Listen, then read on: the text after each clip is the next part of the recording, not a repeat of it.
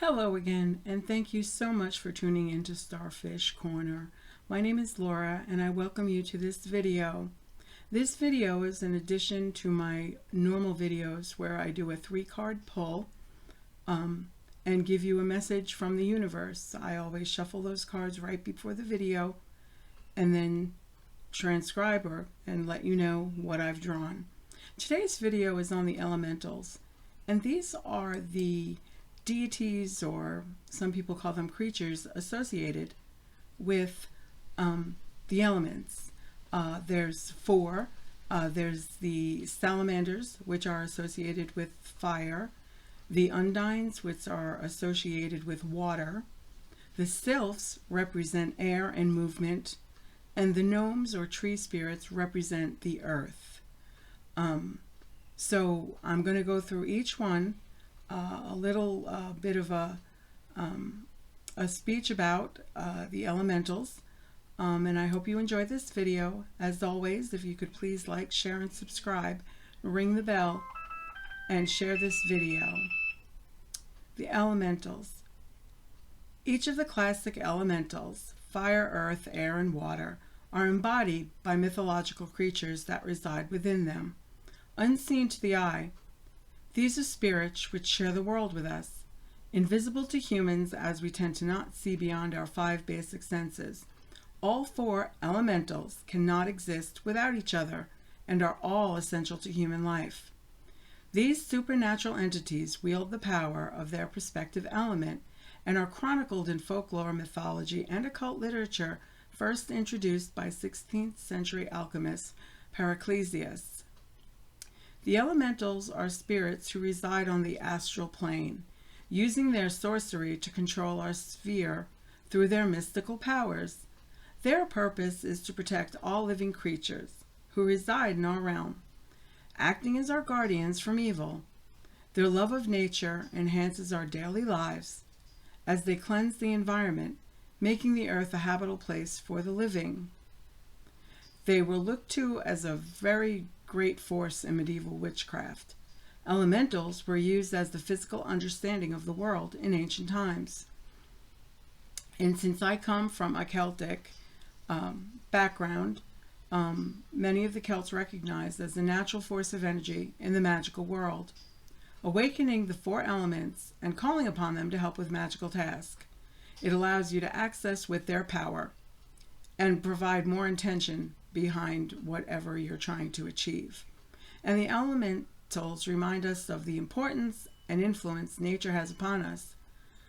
The spirits are essential to both planetary and the cycle of life. Salamanders, as I said, represent the act of creation through fire. We burn something down and something else grows. A forest burns and it grows back again. Gnomes, or the tree spirits, represent the desire to work through the element earth. That could be when you garden or when I plant things. I always ask not only the plant fairies and the beings of light to watch over the plants, but I do ask the gnomes and such to guard my plants. The Sylphs represent the element air, which brings words and thought to life through clarity of the mind. You can call on the Sylphs to clear your mind. Those are generally the elementals that I call on the most. Basically, in all honesty, when I'm running late or the highway's not moving, I'm like, I'm just like, oh, Sylphs, please help me to get through this green light. Sylphs, I need to be somewhere. I'm a little late. Could we rush it along? And I thank them, and usually I get where I need to go, seemingly on time. The Undines represent the element of water, and water can be very healing. It is associated with the emotions and the cups in the tarot. The elementals are broken down in the following way. They're all equally powerful, but based on the circle of life. The Salamanders are associated with Aries, Leo, and Sagittarius in the horoscope. They are believed to be mystical creatures that purify the earth through the heat of their fire. They cleanse the mankind of negativity. It can be, fire is the passion, assertion, activation, sexuality, cleansing, creation, and salamanders are the inspiration and the spark that comes from initiating and manifesting creative desires.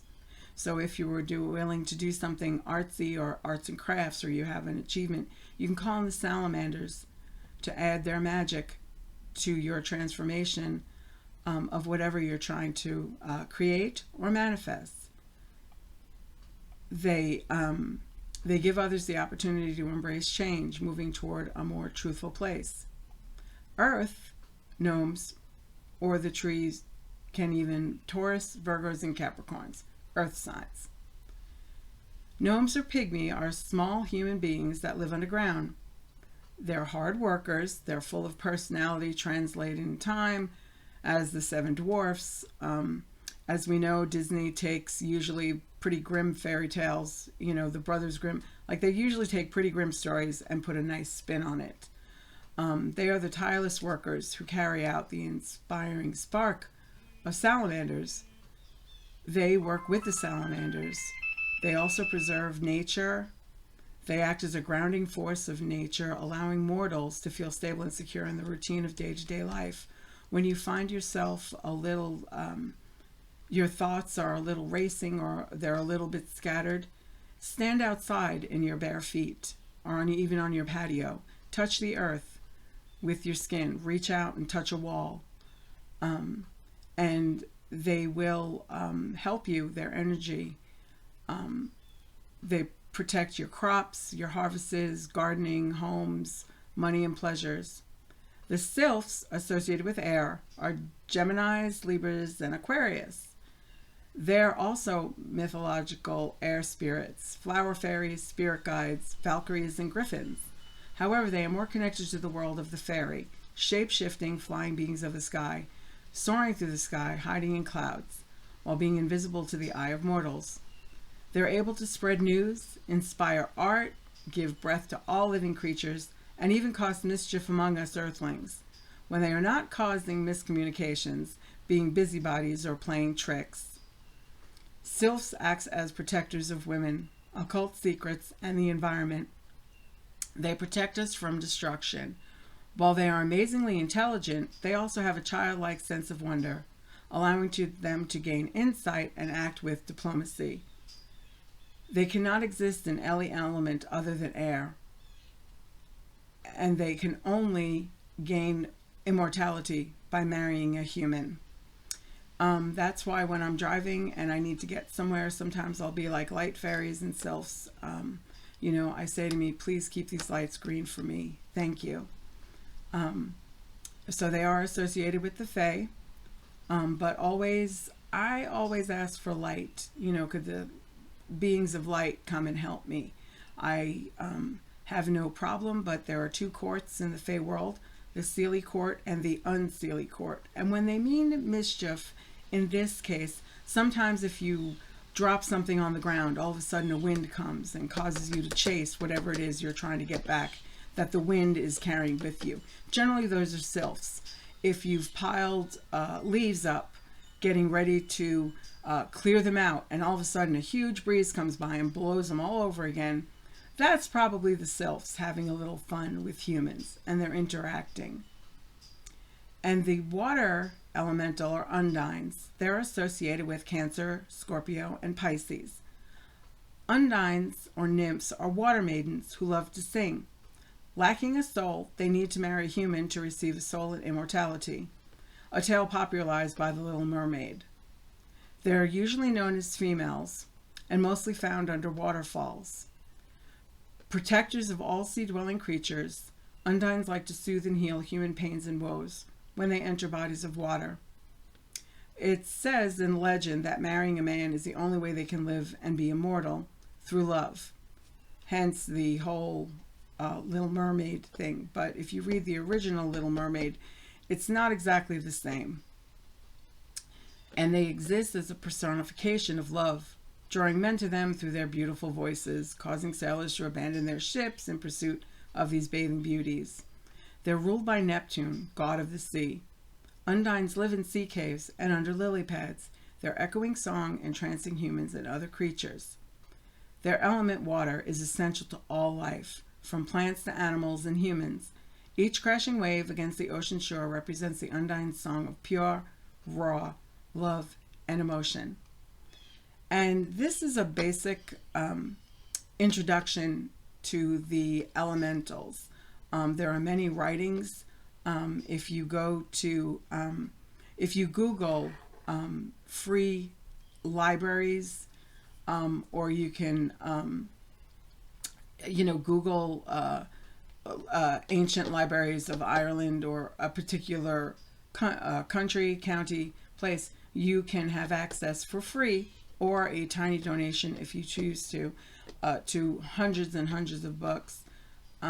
Like I said, about 2 years ago, I did a video with Diane from Diane's Tarot where I talked about witches, unicorns, and fairies and the lore and the evidence that they potentially did exist on her videos. I believe you have to become a member, but I can assure you her membership is worth it. Nancy Jean's Garden is also a member, and I have met some lovely, wonderful people by watching her videos and subscribing. She does a lot of nice things for her members, and so if you want to see a more in-depth interview about fairies, witches, unicorns, check out Diane from Diane Aquarius. And I would encourage you to watch Nancy Jean's Garden because she brings the crystal workings. But the elementals are all important. We need all of them. Now, the Undines, the waters, when a symbolism of that would be the sounds to go to sleep, the sounds of the ocean, that rhythmic sound that the ocean makes when it comes in and the waves crash and go out. That is sometimes transforming to people. It represents change. When you build a campfire, you can even look to see the salamanders when you light a candle and just stare at it intently, like look beyond it, and you can probably see the salamanders crawling in it. The sylphs, the movement of the trees, that's their element. Like you can see that the easiest. And the gnomes, you can see it in the beautiful trees. And if you plant a garden, or the plants and flowers that are strong, they always talk about strong trees. Well, we can thank the gnomes or tree spirits for that thing. I hope this video was an introduction and a small explanation of the elementals and how you can work with them.